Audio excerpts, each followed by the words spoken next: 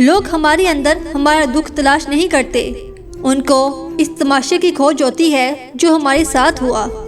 سب کے سامنے اپنے دکھ بیان نہ کرو، لوگ آپ کے ساتھ رو رو کر سنیں گے اور پھر دوسروں کو ہنس ہنس کر سنائیں گے۔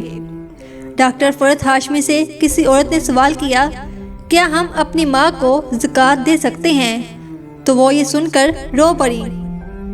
ایسے شخص کو کبھی مت گوانا جس کے دل میں تمہارے لیے محبت، فکر، عزت اور چاہت ہو۔